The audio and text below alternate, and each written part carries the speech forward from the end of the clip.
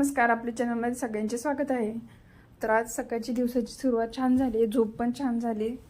तर आता भांडी रात्रीची धुवून ठेवलेली होती तर ते सगळे पहिले लावून घेतले आणि आता पाणी गरम करत ठेवते. तर उठलं की थोडंसं पाणी गरम पिलं की नेहमी पोट साफ होतं, तर त्यामुळं शक्यतो गरम पाणी घ्यायचं आणि आपल्या आरोग्यासाठी पण ते छान होतं.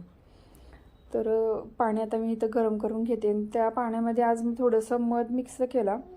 तर रोज करायचं म्हणते पण विसरून जातं. ज्यांना पोटाचा त्रास असेल तर त्यांनी उठल्या उठल्या असं गरम पाणी पिलं ना की पोटाचे काही सगळे रोग वगैरे आजार असतील तर ते बरे होतात. कारण उठल्यानं आपल्या तोंडामध्ये जो सलाईवा असतो तर तो पोटात डायरेक्ट गेल्यानंतर आपलं पोट साफ होतं. पोट साफ झाल्यामुळं बरेचसेच प्रॉब्लेम सॉल्व्ह होतात. त्यामुळे मग थोडंसं पाण्यामध्ये मग मी आज थोडंसं मध पण मिक्स केलं आहे. तर काहीजण लिंबू पण म्हणजे लिंबू प्लस मध पिळतात आणि हळदी घेतात काही काही, पण मी तर आधी घ्यायचे मी, पण आता फक्त मधच टाकलं आहे. कारण मग त्याच्यानंतर थोडं पण लगेच जर काही खाऊ पण शकत नाही, अर्धा तास पाऊण तास थांबावं लागतं आपल्याला. तर त्यामुळं मग एवढं तर मी थांबत नाही, ॲसिडिटी जास्त होते मला. त्यामुळे मी उठलं की काय तर खाते. त्यामुळे आधी गरम पाणी पिऊन घेते, मग त्याच्यानंतर लगेच चहा वगैरे झाला काही तर असेल तर मग थोडंसं चहाबरोबर खाऊन घेते. तर आता बाकीची डेलीची क्लिनिंग थोडीशी सगळीकडे थोडंसं झाडू वगैरे मारून घेतला, आंघोळ वगैरे झाली आणि आता रात्रीची उरलेलीच खिचडी होती तर तीच मी थोडीशी गरम केली आणि तीच खाते आता. तर मला असं जेवण असेल तर वेस्ट करायला नाही आवडत, ते कचऱ्यामध्येच फेकावं लागतं इथं जेवण. आणि चांगली होती खिचडी त्यामुळं मग म्हटलं तेच गरम करून मग मी खाऊन घेतली. आणि आता इकडं रोज मला कपडे थोडेसे शिवायचे होते, जे डेलीचा जो गाऊन होता आणि जो पेटीकोट होता तर त्याची शिलाई थोडी उसवलेली, पण ते करायचंच होत नव्हतं. मग आज ठरवलं नाही, आधी तेच काम करायचं मग बाकीची कामं. तर ह्याच्यामध्येच बराचसाच वेळ गेला, नाही म्हटलं तरी अर्धा पाऊण तास ह्याच्यामध्येच गेला. आणि आज जी काही एक्स्ट्राची कामं आहे माझी तर तीच मी आज थोडीशी पूर्ण करणार आहे. कारण रोज करायचं म्हटलं तरी ती राहून जातात आणि जे डेलीचं रुटीन आहे त्याच्यामध्ये मग हे शक्य होत नाही. मग त्यामुळं म्हटलं जी राहिलेली पेंडिंग कामं आहे तर ती आज पूर्ण सगळी संपवून टाकायची. म्हणून मग पहिलं तर मी ठरवलेलं थोडंसं जे म्हणजे गाऊन आणि पेटीकोट आहे तेवढं शिवून टाकायचं, पण नंतर सगळेच शिवून टाकलं. थोडंसं बाळकृष्णाचा ड्रेस वगैरे होता, विहीचं थोडंसं एक टी शर्ट वगैरे असं काही काही होतं, तर ते सगळं पूर्ण स्टिच करून घेतलं मी. आणि मग त्याच्यानंतर बाकीचे कामं. तर मागच्याच आठवड्यामध्ये मी ज्वारीचं दळण संपलेलं तर ते दळण केलेलं आणि जे गावाकडून आत्तापर्यंत आणलेलं पीठ तेच होतं म्हणजे पूर्ण चालू. आता संपले, गव्हाचं पीठ संपून 2-3 दिवस आलेत आणि मला दळण करायचं होतच नव्हतं. त्यांनी वरती काढूनही ठेवलेलं, तर मी एका ब्लॉगमध्ये तेही दाखवलेलं धान्य वगैरे काढलेलं, पण तेव्हापासून 2 ते 3 दिवस झाले अजून म्हणजे दळण करायलाच होत नव्हतं. तर आज म्हटलं नाही, आज स्वयंपाक पण नाही आहे, आज त्यांचा पण फास्ट असतो तर माझ्यासाठी जेवणासाठी विहीसाठी काहीतरी करता येईल असंच. आणि आज तेवढी बाकीचे कामं उरकून घ्यायची. तर हे गहू जे निवडते तर ते गावाकडचे घरचे शेतातले आहेत, तर त्यामुळं थोडेसे मातीचे खडे वगैरे असतात, तर त्यामुळं निवडायला थोडासा उशीर झाला. आणि म्हणजे ह्याच्यामध्येच पूर्ण 1-1.5 तास गेला. तर गहू जास्त म्हणजे 10 किलो पूर्ण असे निवडलेत मी, एकदमच 1-1.5 महिना जाईल म्हणून. कारण मुलींमध्ये सारखं सारखं होत नाही आहे, तर एवढं 1.5 महिन्यात काही पीठ खराब होत नाही, कारण आपलं सगळं घरचंच असतं. त्यामुळं जर विकतचं पीठ वगैरे असतील तर ते थोडंसं लगेच खराब होण्याची शक्यता असते. तर त्यामुळं मग मी पीठ म्हणजे दळण जास्त करून ठेवलं. मग त्याच्यानंतर थोडं आमच्या दोघींसाठी मॅगी बनवलेली आणि फ्रूट्स वगैरे पण होते बाकीचं बरोबर, ताक वगैरे, तर तेही मध्ये नंतर घेतलेलं. त्यामुळे मग काही जास्त भूक नाही लागली. मग मॅगीच बनवलेली तर तीच थोडीशी आम्ही दोघींनी खाऊन घेतली, मीही खाल्ली आणि विहीलाही चारली.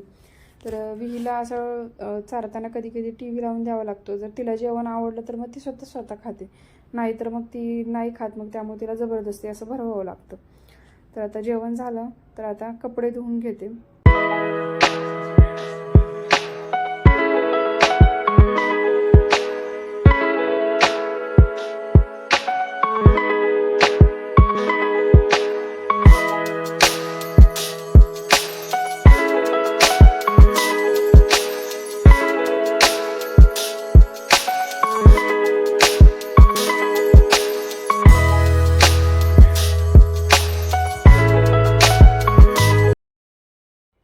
त्याच्यानंतर मग पटकन कपडे लागले धुतलेले तर लगेच सुकायला टाकले. आणि काय होतं, परी वगैरे उठते तर त्यामुळं कधी कधी आहे हे काम हातातलं सोडून 1-2-3 वेळ म्हणजे एका कामात असंच तसंच ठेवून जावं लागतं, नंतर तिला पण घ्यावं लागतं.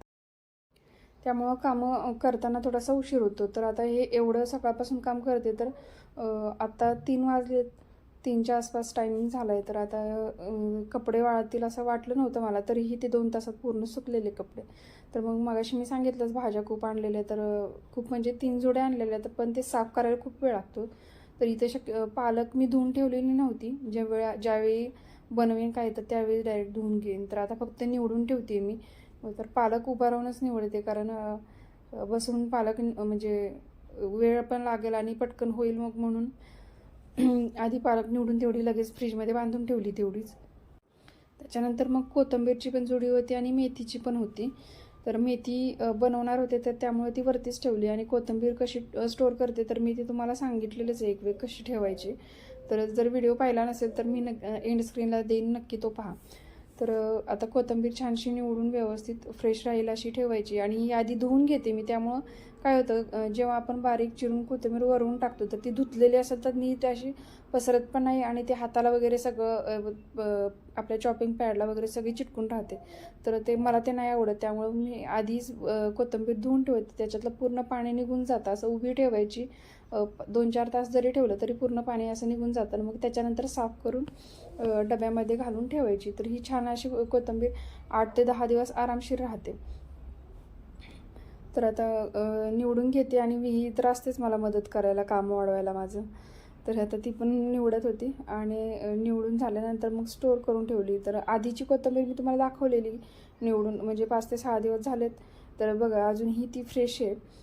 त्याच्यात पिवळी पानं ऑलरेडी होती, म्हणजे ती पिवळ्या कलरची कोथिंबीरच होती.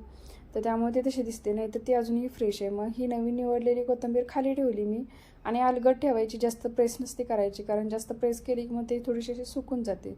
आणि जी आधीची होती तर मी ती वरच्यावर ठेवली, म्हणजे तीच आधी यूज करेन मी म्हणून. तर मग हे सगळं काम झालं, मी तोपर्यंत हे करत होते, तोपर्यंत हिनं पूर्ण हे बॉडी लोशनची बॉटल अशी वतून टाकली हे. तर असं हिचे काम वाढवण्याचे उपद्व्याप चालूच असतात मधून. तर हे सगळं बघतच मला कामं आवरावे लागतात. तर त्याच्यानंतर मग मी भांडी पण धुवून ठेवलेले, खूप सारे भांडे होते. तर आता भांडी धुवून वगैरे माझं आवरलं, केस वगैरे विंचरले, आणि आता पूर्ण संध्याकाळची तयारी चालू आहे. भांडी लावून घेते, नंतर मग त्यांना दोघींनाही दूध पाजायचं, आणि माझ्यासाठी चहा बनवून मग परीच्या आंघोळीची तयारी लगेच चालू. हे म्हणजे रेग्युलरच डेली शेड्यूल आहे, ह्याच्यामध्ये काही चेंज होत नाही माझं. संध्याकाळचं आधी परीची आंघोळ, मगच त्याच्यानंतर मग मी स्वयंपाकाला चालू करते दिवाबत्ती करून वगैरे. तर आता चहा झाला आहे, कपडे पण सुकले. मी मगाशीच सांगितलं 3 वाजता टाकलेले, आणि 5-5:30पर्यंत पूर्ण कपडे सुकले. म्हणजे किती ऊन बाहेर असेल विचार करू शकते.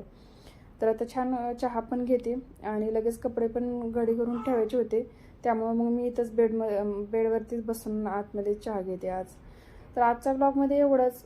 त्याच्यानंतर मग जेवण वगैरे केलं, कारण 2 दिवसाचा उपवास सोडवायचा होता. त्यामुळे जेवण थोडंसं नीट केलं, आणि मग ब्लॉग वगैरे नाही बनवला, कारण पटपट बनवायचं होतं जेवण. उशीर म्हणजे शनिवारी शक्यतो 7 ते 8पर्यंत जेवण बनवायचं ट्राय करते मी, कारण त्यांचा उपवास असतो दिवसभर, त्यामुळं. आणि आता मग इथून पुढे तेच कपडे झाले की परीची आंघोळ आणि जेवणाची तयारी. तर आजच्या व्लॉगमध्ये एवढं. तुम्हाला जर आवडला तर नक्की लाईक करा, नवीन असाल तर प्लीज चॅनलला सबस्क्राईब करा. भेटू पुढच्या व्हिडिओमध्ये.